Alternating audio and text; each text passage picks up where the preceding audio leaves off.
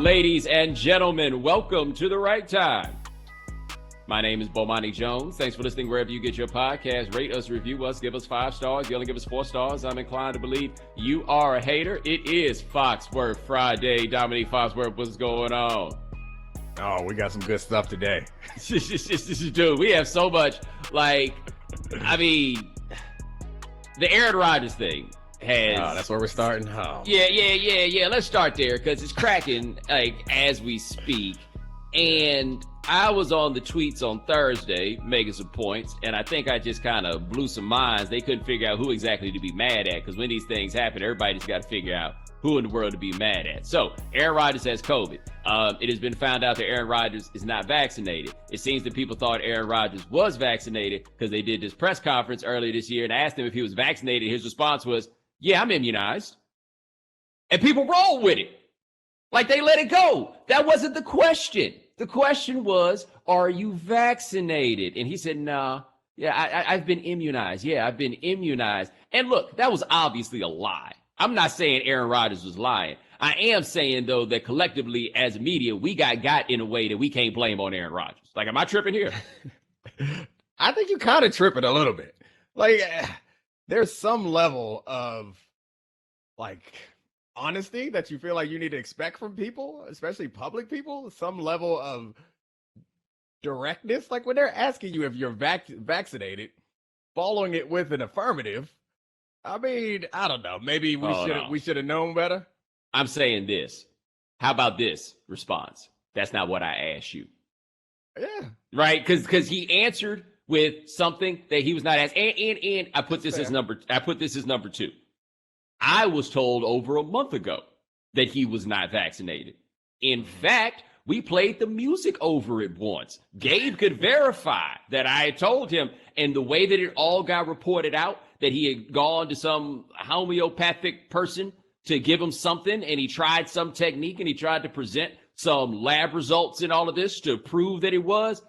I was up on this over a month ago, but I was not in a position to report it, right? Like I didn't have, I'm not that guy. I didn't have all of that. But all I'm saying is, if somebody told me, there's no way in the world that nobody else had any idea that this had taken place. Like, again, I'm not saying that Aaron Rodgers did not lie about this, but I am saying the people who are trained to see through lies felt he ain't run a fast one on us either, right? He walked that jack across the table. He's like, I'm going to play this jack. And then next thing you know, he was scooping up the book. That's fair. I mean, we know that in sports media in particular, I guess a lot of different media, there is important to have good relationships with the people that you're covering or to have some sort of relationship. Reporters are willing to burn those relationships for a story that they believe is worth it. So if you're a local reporter for the Packers and you got to talk to Aaron Rodgers every day, this ain't the one. That ain't the one. So you're like, are you vaccinated? He says something that sounds good, because to me, I didn't have the insight that you had. And if I was maybe a beat reporter there, I might have had that insight and it might have made me push more. But to me, it's like somebody asked me, did you eat? Yes, I consumed, which could have mean I had some water, but that don't mean that I ate. And that to me, it feels like deceptive. Or if I say to my kids, did you clean your plate? Yes, they threw it in the trash, but they didn't eat it. They know what I meant. Oh, yeah, don't get me wrong. It was deceptive. No disputing the fact that it was deceptive. But we bear some culpability in this case for being deceived. Okay, that's fair. But if you're saying that people don't know who to be mad at, it's not hard for me. It's not hard for me. I guess I could be judgmental of the reporters also, but you mad at the person who was willingly deceptive. It's simple for me. But see, for me, that is where it gets to be less simple, right? Because yes, Aaron Rodgers was willingly deceitful.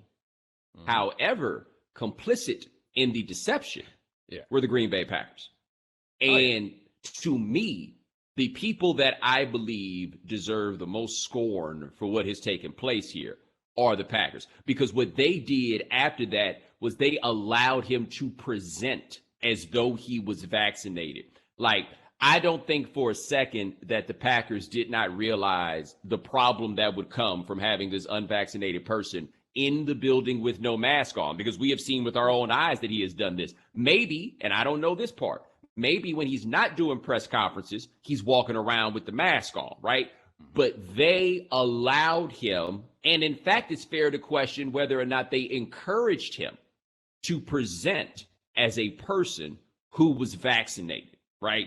And so when I look at the NFL and what you do after this, because they say the teams are the ones who are responsible for enforcing the protocols, there's no real punishment that you can give the Packers that really matters. Even if you think about one of these $1 million fines that don't matter to billionaires, they ain't even got a billionaire that you fine for the $1 million because they don't have an owner. Like, if they really wanted to hammer this, the truth is the only way to do it, and I don't know if the union could allow them to do this, or if they could get this past the union, would be the better way to put it.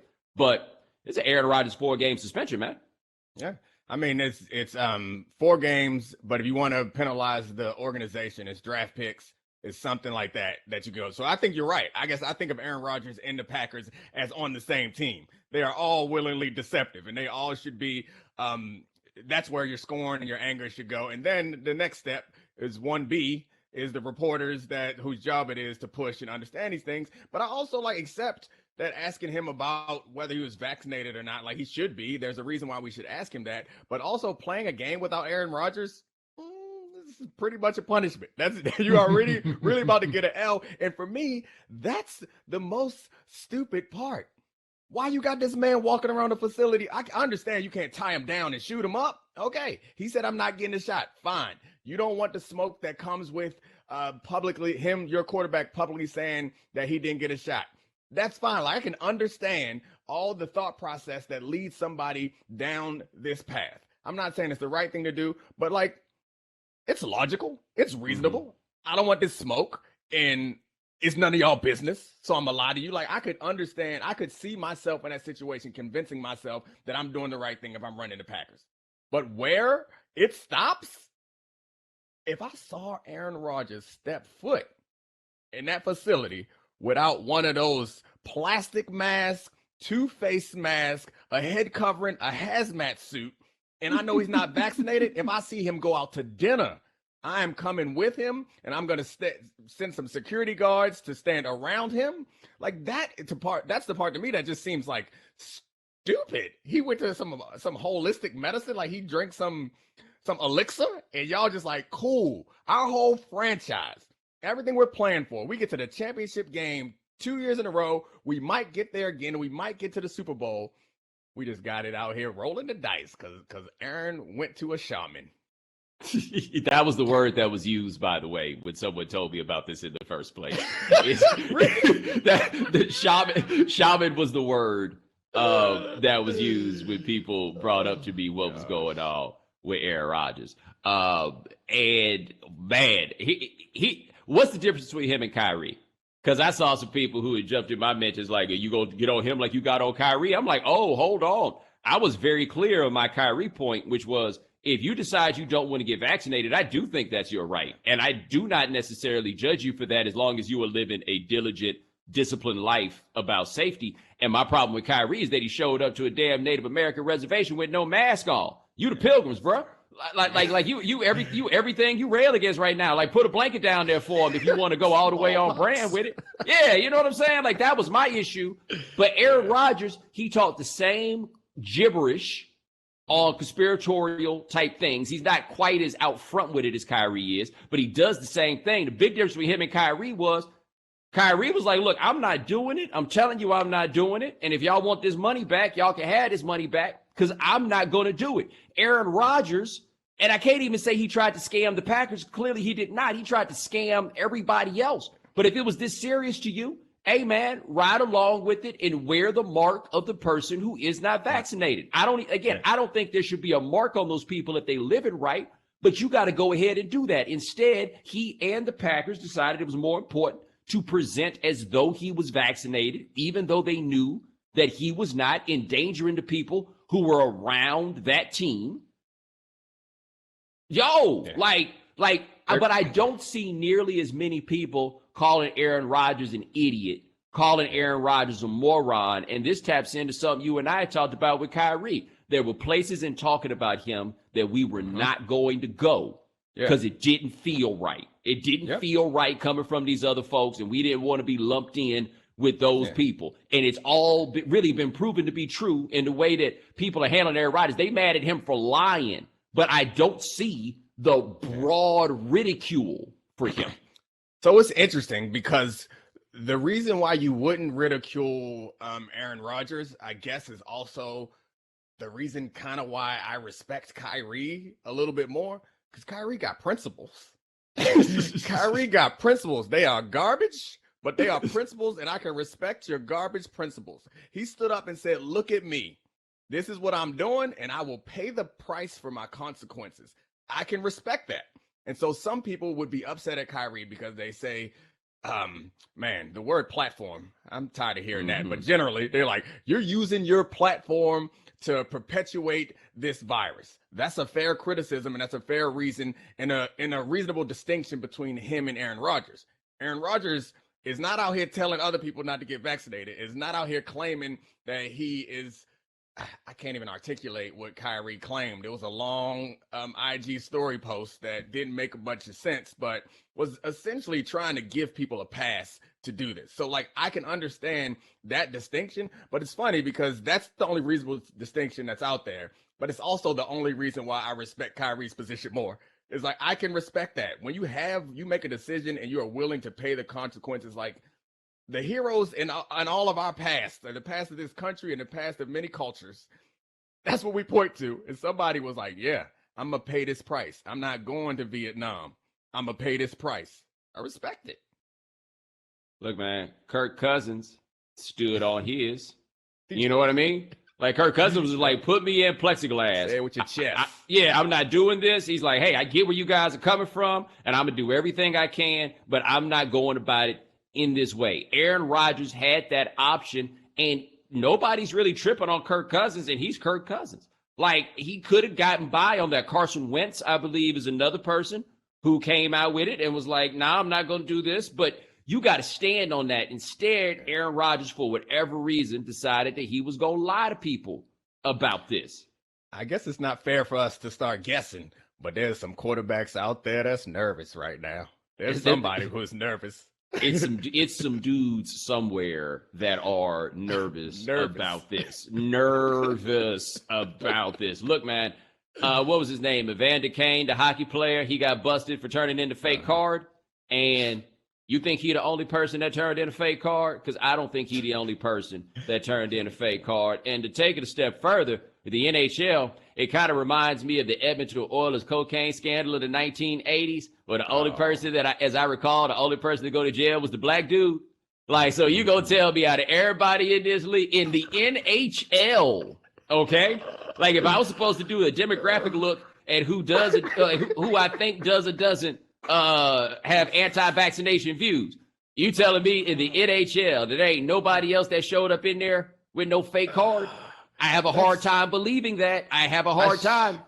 I shouldn't laugh because it's not funny, but it's also funny because what you're actually saying, and which makes perfect sense, is like they needed a fall guy or they needed somebody to make an example of. And they was like, you know who we gonna do? Because you're right. Like, it's the numbers would suggest that there was somebody else, but maybe he just got a worse card is what they want. Like the other fake cards trick people. Well, he got a card that couldn't fool nobody. No, his problem was his wife came out there on the internet and put all this stuff in the street. And so they were going through all varying levels of allegation. Remember, that's the one where his wife said that he had lost all his money gambling and that he was gambling on his own games and all of this stuff. And so, but that's where it is. But again, you ain't gonna tell me that's the one man in all of sports that's with that. And the other thing that you have to keep in mind is the people who are in charge of enforcing these measures. Mm-hmm. We don't know the beliefs of those people. And it's a whole lot of people riding for that anti-vax card that I'm sure you got a card. All right, cool. And then just do that thing over the shoulder. So Evander Kane was already down. So they was like, man, you should throw another one on there. Let's get this out of the way. But, and by the way, and they think probably when they did that, they're like, yeah, it's going to have everybody else in the league shook, except everybody in the league looked up and they know the difference between them and Evander Kane. They're like, what this got to do with me? We don't live by the same rules, but this is one of the recurring themes that I feel like we haven't touched on in a while. is just general lack of faith in institutions. But it feels like there are some institutions that people have faith in, or maybe the results they have faith in, because to me, I think people are surprised by this Aaron Rodgers news because they believe that these institutions are going through all the measures that they're supposed to, and they are not self-interested. But you only got to go back a couple of weeks to look at that Washington football team scandal to realize, like, these are dudes that are all on the same team and pretending to be adversaries, and you guys think that they're not looking out for each other. So, like, right. I'm not shocked by any of this, sadly. I wish I was, but I am not.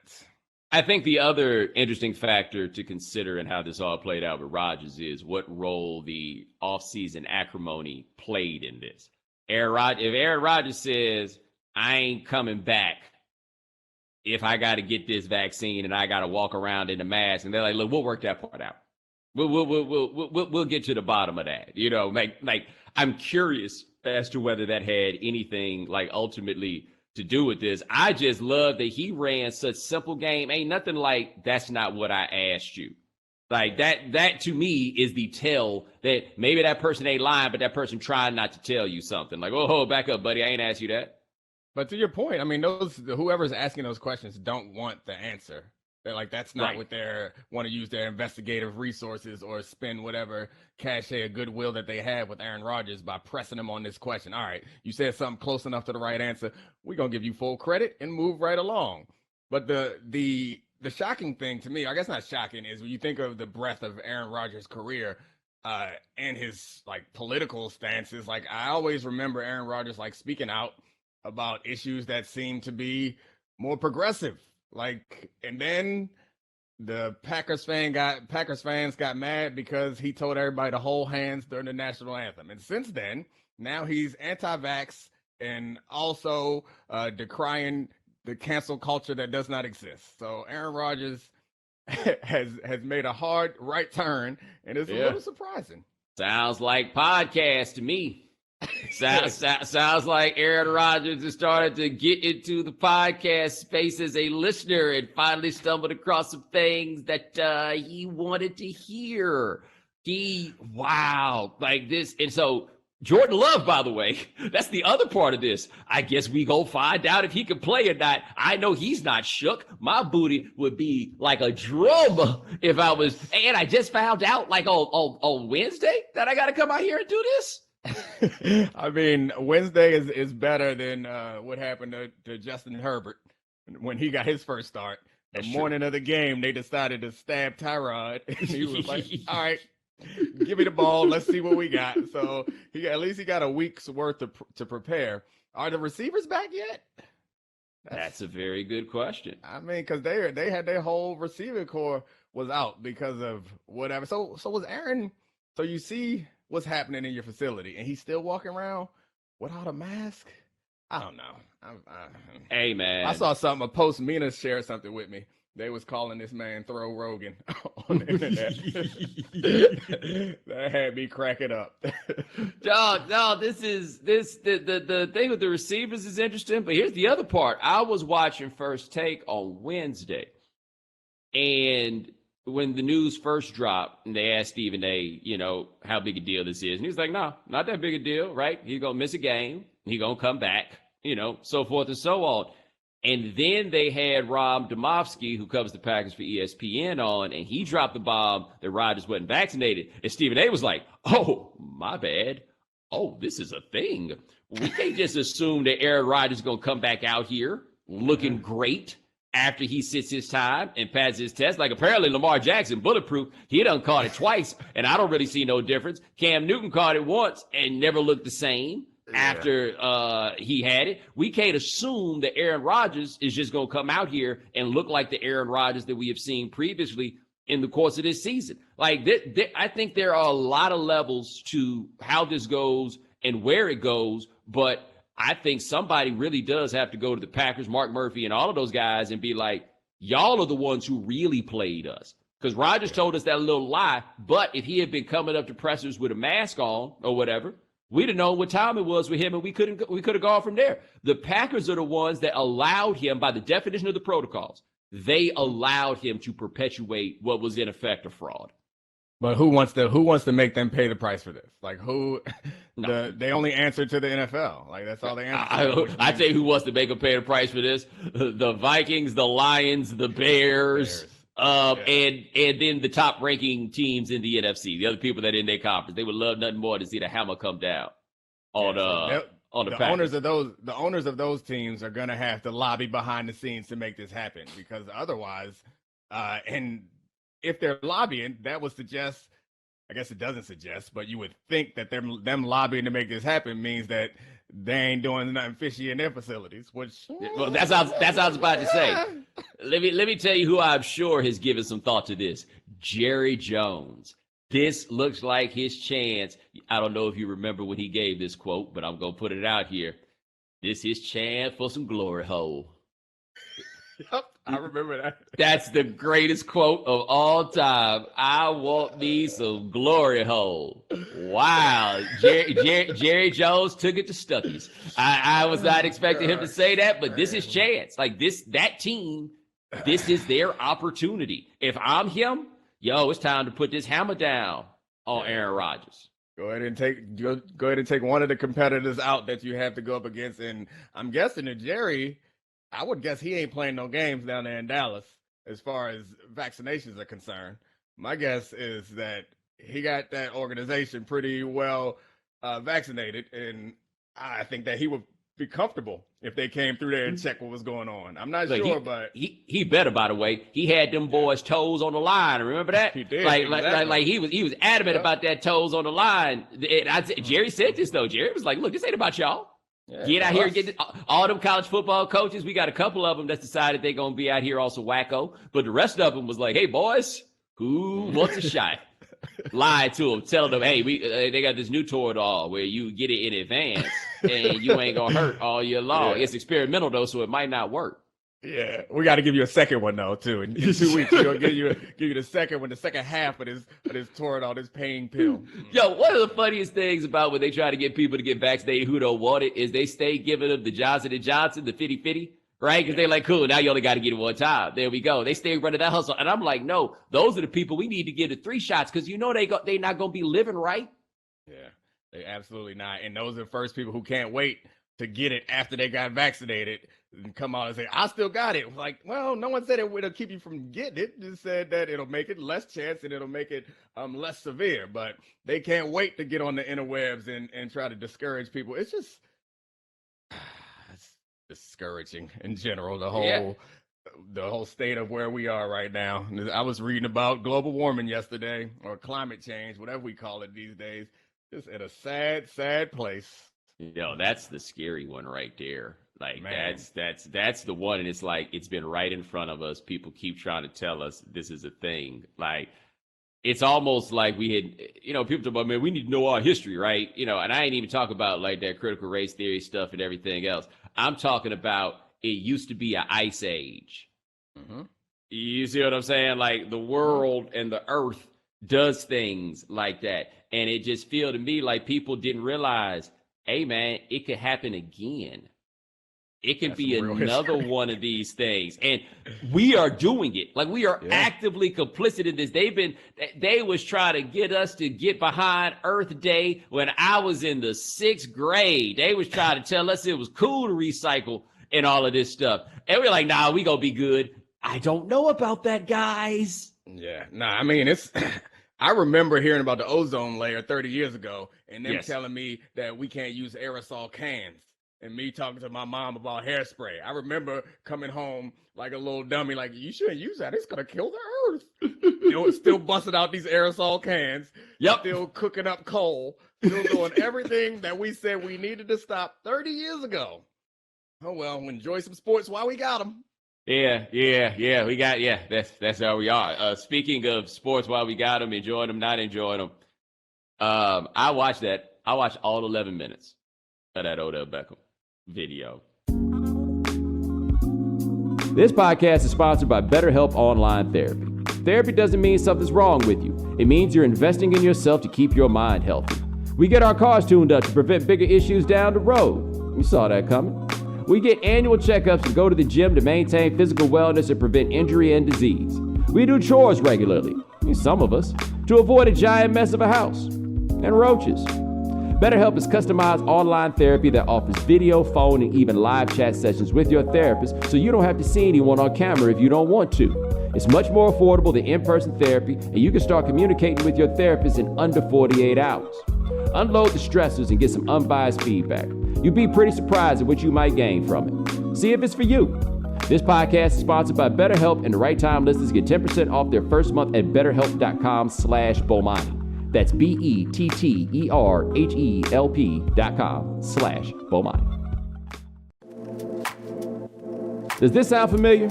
You got one device that lets you catch the game live, another that lets you stream your favorite shows, you're watching sports highlights on your phone, and you've got your neighbor's best friend's login for the good stuff. Well, I want to tell you about a simple way to get all that entertainment you love without the hassle, and a great way to finally get your TV together. It's called DirecTV Stream, and it brings your live TV and on-demand favorites together like never before, so you can watch your favorite sports, movies, and shows all in one place. That means no more juggling remotes and no need to buy another device ever again. And the best part? There's no annual contract. So get rid of the clutter and the confusion and get your TV together with DirecTV Stream. You can learn more at DirecTV.com. That's DirecTV.com. Compatible device required. Content varies by package. That somebody posted and that his daddy shared. And I think that distinction is very important because y'all dumbasses really think that Odell Beckham Sr. was sitting at the crib cutting up all 22 and putting it on the internet and slapping some REM underneath. And I got on Twitter and I said, y'all really think this 50-year-old black man from Marshall, Texas was sitting up, cutting up all 22 and putting REM underneath? You already think that? Oh, man, you'd be amazed how many white people found it necessary to defend the virtue of the breadth of African-American cultural taste. Hey, next thing I know, everybody popping up. Well, you saying black people don't listen to REM? First of all, I could say that. I am not saying that in this moment. I am saying that that full, total list of things all at one time does not add up to Odell Beckham's daddy actually making that video. But he did come across that video, and I watched all 11 minutes of it, okay? Yeah. Now, I defer more to your expertise, obviously, but I watched it, and I saw some plays where I'm like, he ain't really open here. Like, I see why you might think that, but he not really open. But I saw a bunch of plays where I was like, oh, wait a minute. That dude, if you think he's finished, you crazy. This dude is out here open, running by himself, and as my buddy Nick Wright put it, it wasn't even a matter of Baker throwing to other people all the time. Sometimes it was Baker not throwing to anybody. Yeah. Like, that dude was open so much in the course of that video, but damn, I ain't think that he would lose his job behind that. Yeah. So how you know that he didn't do this is if you think that he had the technological wherewithal to watch all the all-22s and cut it up, I also think that he would have posted it in the proper orientation. So, he posted that thing sideways. I had to crane my neck to appreciate the half of that video I watched. But yeah, I mean, I didn't watch the whole video and I didn't need to. Like, I've been watching this for the whole season. Like, yeah. So to be fair to Baker, you can find receivers running open and quarterbacks not throwing it. Like, you can find that in Patrick Mahomes tape. You can find in Aaron Rodgers tape. You can find people missing wide open guys. Like, I can find plenty of those from Lamar this year. The problem is, or the difference is, for those other guys, you can find just as many, if not more, of them hitting those guys. And that's the problem. Like,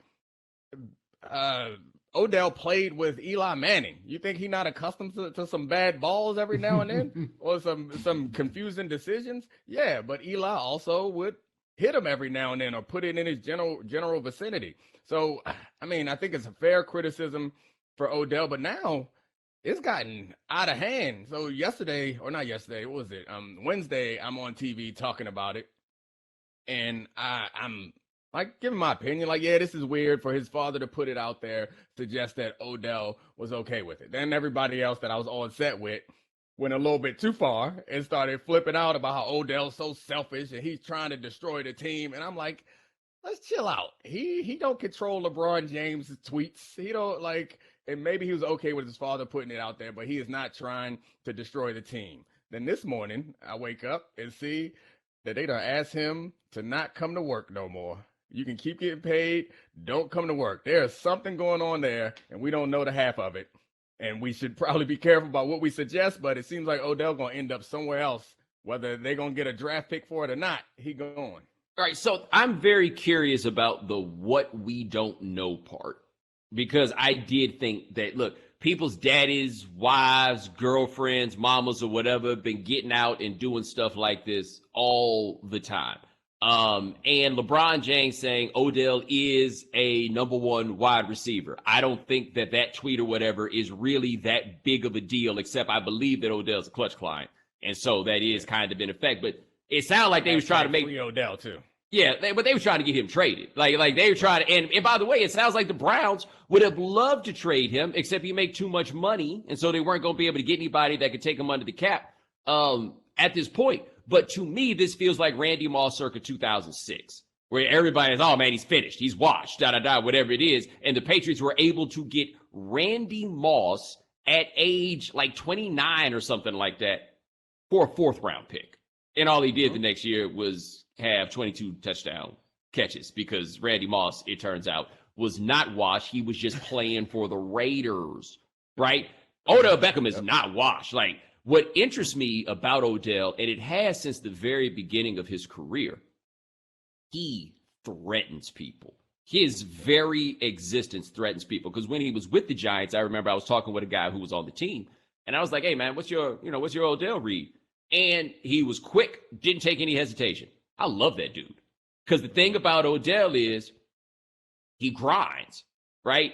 And he's not Antonio Brown, where people would absolve Antonio some of his other stuff because he grinded. But Odell is not the realm of selfish that Antonio Brown is, right? The self-absorption that goes on, he's not there. I'm shocked that Odell hadn't blown his stack yet, right? Like, I actually think he's come a long way from where he was when he was kicking the net and all that stuff in New York. That's where I was like, yo, man, you need to get a grip. We ain't seen any of that from him in Cleveland. He's been out there running those wind sprints, not getting the ball, and he keep on running back. And now he stopped talking to the coach for whatever reason. But I can't imagine. Hey, man, it's really frustrating when you are better at your job than someone you work with, your success is somewhat dependent on their performance, and everybody's response to you is how you can make it easier for the guy who is not as good at his job. That is rough, that is hard, that is tough. And Odell has dealt with that. And now we get to this point, and I'm just looking at it like, how come everybody talk about the release of the video? I see far fewer people talking about the actual content. Because I feel like even if you were like, man, Odell, this, that, and the third, you go watch it, you'd be like, oh yeah, I see what he's talking about. Yeah. So on Monday, or I guess Tuesday, before the trade deadline, we looking for something to talk about. So we start talking about trade deadline stuff, and they're like, should the Browns trade Odell Beckham? And my response is absolutely not. This is before the release of the video and everything. It's like, this man can ball. He's open all the time, like from my calculation. And he's the perfect counter to what you do or what you want to do offensively. The problem is they haven't been able to make it work. So they run the ball a lot, which means you're going to have to put another safety in the box. They run the ball well. You're going to have to put another safety in the box, which forces you to get one-on-ones on the outside with a man who runs 4.3 and is quick as hell and has some iffy hands, but can make some catches here and there. Like, that's exactly what you want. I can't quite understand why it's not working, but the reason why it's not working is not Odell Beckham. Maybe it's the coach, maybe it's the quarterback, but it's not Odell Beckham. I'm watching him break people off, running these routes. You know, people cut up these routes and show guys giving people the business. Odell's still doing it. He is still doing it, but they're not throwing it to him. And it's a different offense than he was accustomed to with the Browns. With the Giants. But I actually thought this offense was better for him. Like, it's a big play style offense. Look, man, he leaves people so threatened. Like, all these people who are talking to GMs, and the GMs are like, nah, he's declined, and all of this stuff. I'm looking at that. Like, first of all, these anonymous quotes from GMs be making me wonder how many of them actually watch stuff. Like, I mean, again, they said the same exact thing about Randy Moss. I talked to a dude who played with Moss with the Raiders, and he said, in practice, they told Randy, run a go route on every play. That was what he was supposed to do, was run a go route on literally every play. And that when he would run the go route on every play, sometimes he would be open and Kerry Collins would not throw him the ball because Kerry Collins, who comes with his own bushel of issues, would say he wasn't sight reading. And therefore, as punishment, he would simply not throw him the ball. If I'm Kerry Collins, I'm only good at one thing, rearing back and throwing it far. I would be treating that like Madden 99. I'm only throwing the ball to Randy Moss. And all he running is go routes. Thanks. The ego to be so huge that you are personally self-destructive is confusing to me. Because Kerry Collins, you want a new contract? Throw it up over there to 18. Like, you want to win a Super Bowl? You want to win a game? Throw it up to over there to number 18. That's all you had to do. But I guess he wanted to teach people a lesson because he the quarterback. He the man in these streets. You going to learn today? Okay. Right. He out here on that I already got enough money program, right? Like that's the only thing. But other thing, I talk about the fact that Odell threatens people. There have been two players to me in recent memory where it's not just that people just don't like them. It's like you talked about. It's the whole over the top, so selfish, da-da-da.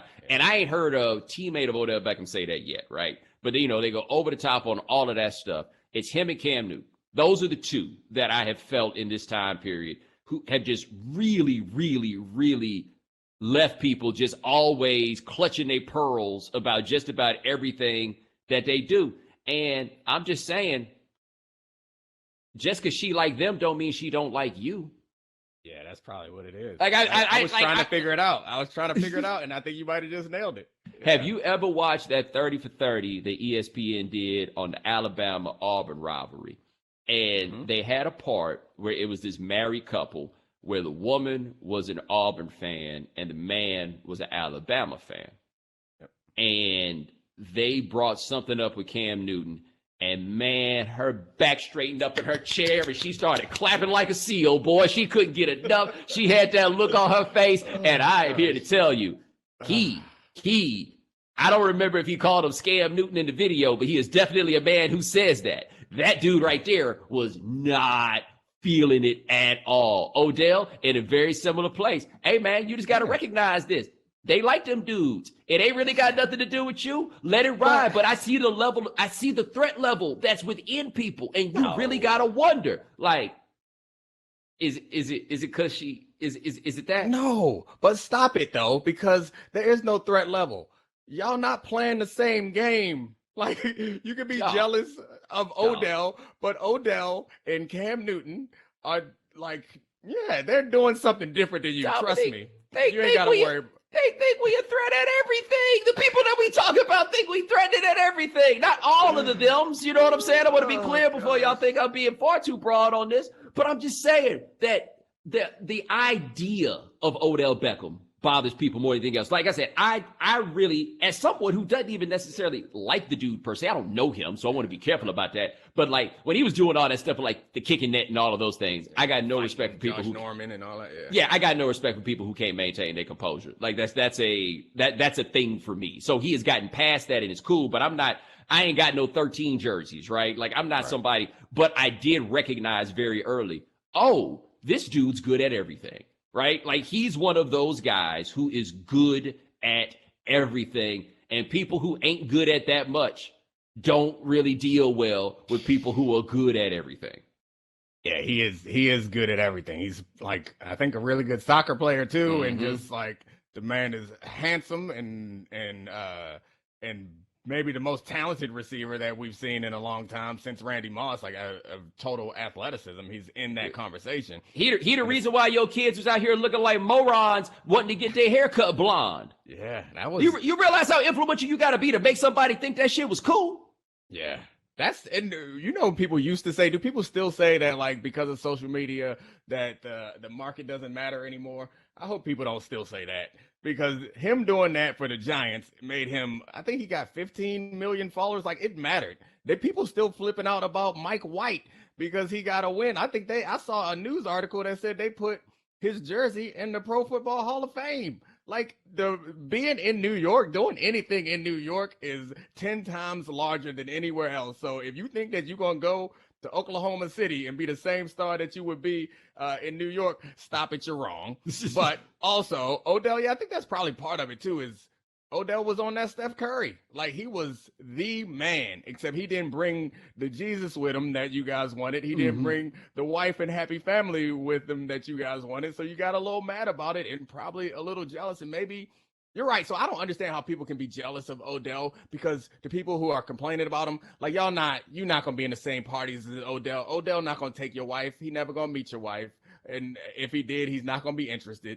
So just chill out and relax. But maybe it's what they represent. Cam Newton, too. Like, they represent the man at your high school, the man that you were scared of, the man that you was jealous of, the man that got all the good grades and was the star quarterback. Like, that's what they represent to them. And if you wasn't that, I guess I could understand how you could always hate that man. I tell you this, too. They talk about Odell Cook. I said... They said I saw somebody had mentioned in my feed that they said that Buffalo had tried to make a play at Odell, and I'm like, let Odell go play for them. You can start planning that cold ass parade right now. Let Odell go. Let Odell go to Baltimore and see what happens. Right? Like let him wind up in any of these places and see what happens. But I do want to know what else, like what the dump is going to be on information when he leaves. Because you are right, and I agree with you. You just never going to be able to convince me for even a minute that all of this was worth you can't be around the team. Like, it wasn't like he openly disrespected the coach. It wasn't even like he openly disrespected the quarterback. None of those things. And they like, nah, you can't come play no more. Yeah.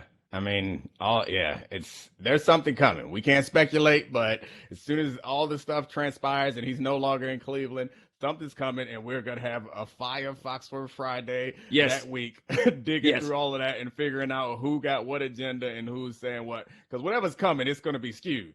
And so this is the last thing. I try to find some empathy. This is the last thing I got on this topic. Try to find some empathy with everybody. It's not that hard for me to find some empathy for Odell Beckham. Because, like, to the point that you made earlier, like, Odell Beckham became one of the most popular athletes in America. And everyone had an opinion on him. He's had several bad seasons in a row. Man, you f***ing up my legacy, my money, my reputation, everything. And Odell has been quiet for a while. And people like, but you gotta be a team guy. Ain't nobody talking about the team. They talking about him personally. Remember when he came back and suddenly the team wasn't doing as well? It's like, oh, Odell Beckham's a problem for Baker Mayfield. Like, everyone is so easy to look at these other people and tell them how they supposed to act. And like, for a second, imagine yourself. Imagine that you go to work every day and you are awesome at your job, but for some other reason, it keeps getting messed up. And somebody else getting promotions, somebody else getting more money, somebody else getting these new opportunities.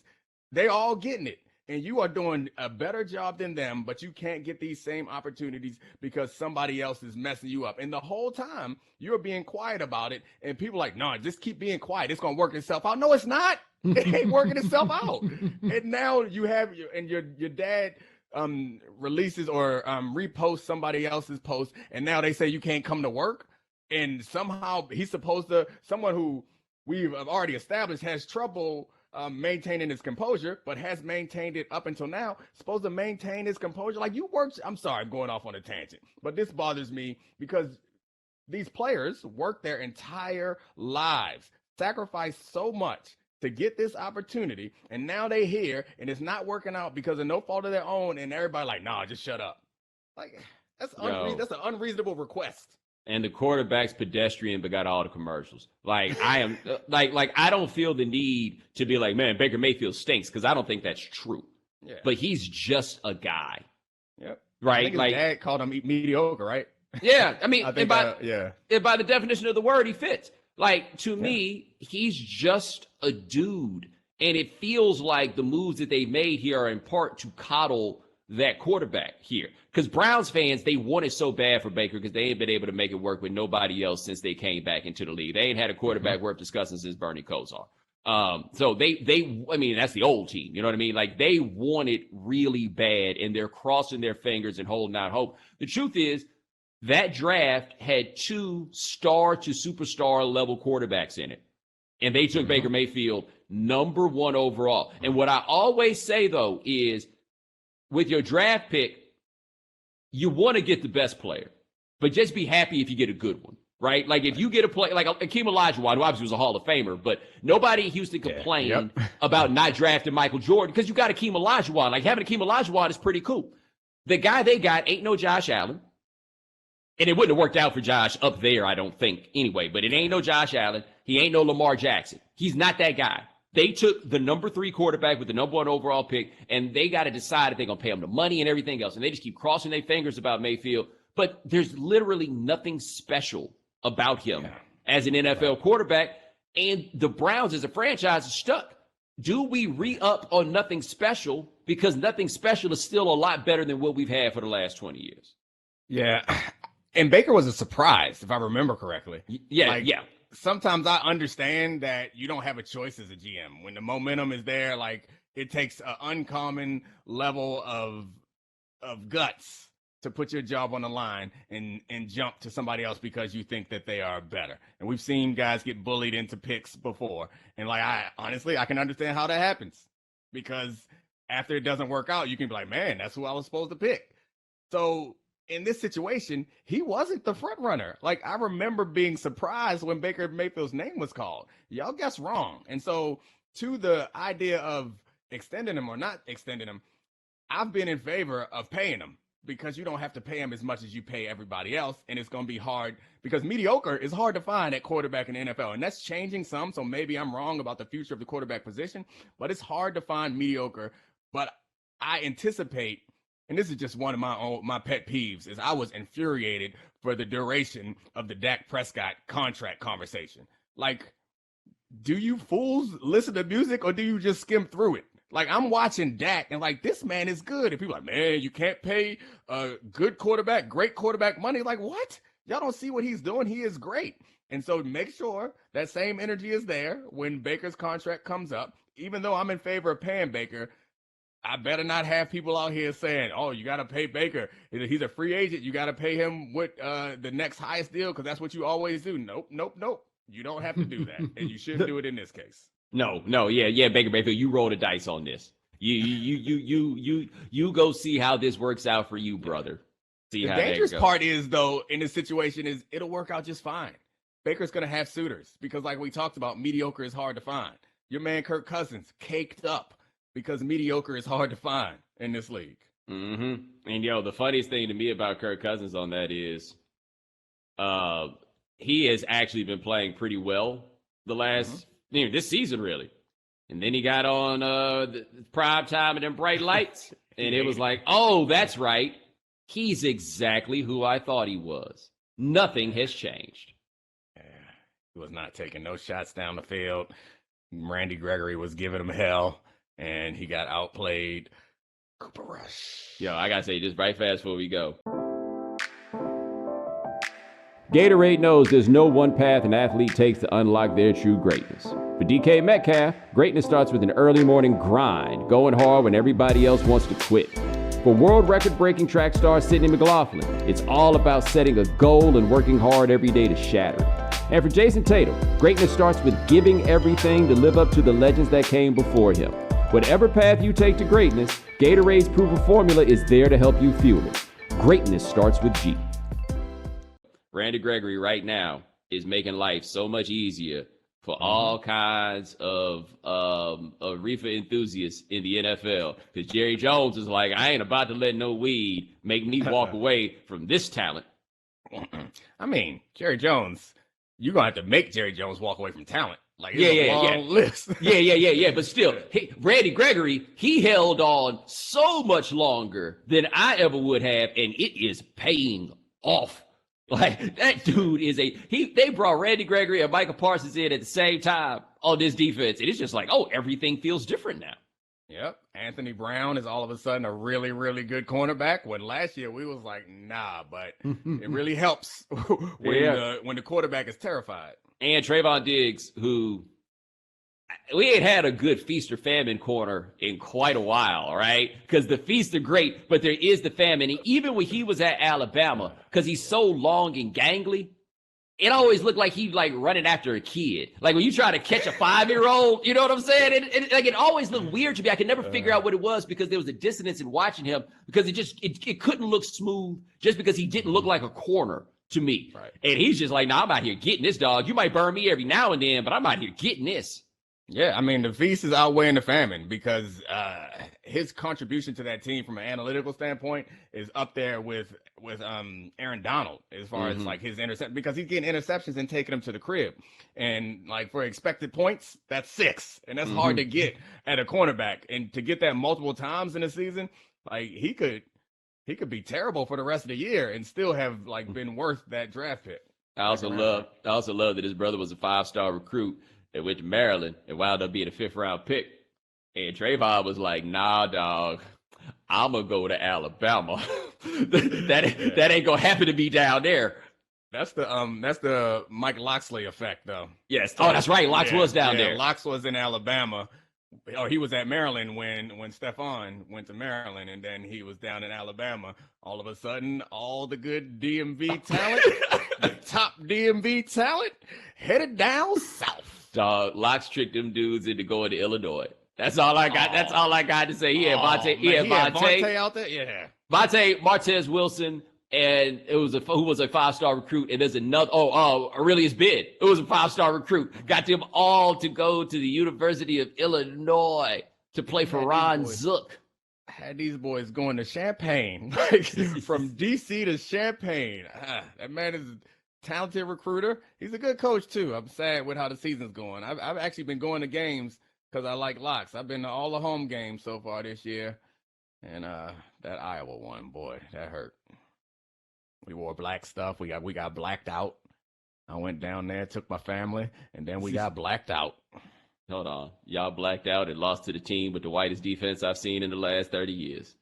It was so sad. I told you. You think I wasn't crushed? I told you. Iowa, somebody heard, why are you talking about this? I'm just telling you, Iowa got more white defensive starters than there are in the entirety of the Southeastern Conference. I counted. It's incredible. That is incredible. It's amazing. It is an incredible feat. It is. It requires. I mean, I was gonna say it requires a conscious decision, but maybe it's just Iowa. It's hard to get people to go out to Iowa. Maybe that's it. I don't think that's a choice. I think they got a corner. No, you stop it. I think. I could be wrong. I'm gonna have to check in on this, but we had like a real devastating injury to one of our team leaders early in the game, and then the blowout happened. So people were like, "Man, that really changed the momentum." Like, no, I was on the field watching what happened. It wasn't the momentum. It was that offensive line was the problem, and the turnovers was the problem. We had nothing for them. They just was pushing, just pushing. We could play that game 10 times. We might win it once, maybe. Maybe next year. We're gonna end up here. Yeah, I know. And that's where we end. Ladies and gentlemen, that is Domonique Foxworth. Check him out on theundefeated.com. Also check him out on Get Up. Check him out just all over the place, man. Check him out on Debatable. Love my Terps, man. We're going to bounce back. Locks is the right guy for the job. Yeah. I mean, look, here's all I got to say before we go about how you know Maryland ain't no football school. They named the stadium after the dude who ran Bear Bryant off. That's all anybody needs to know. That's how you know y'all ain't about it. They changed the name because he's racist. Oh, I mean, they should have changed the name because he ran Bear Bryant off. We can put your name on anything but the football stadium. You ran Bear Bryant off. People don't know. We used to have Bear.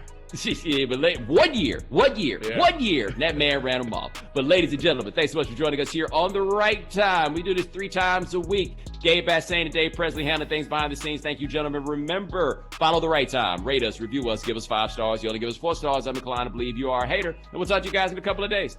Take it easy.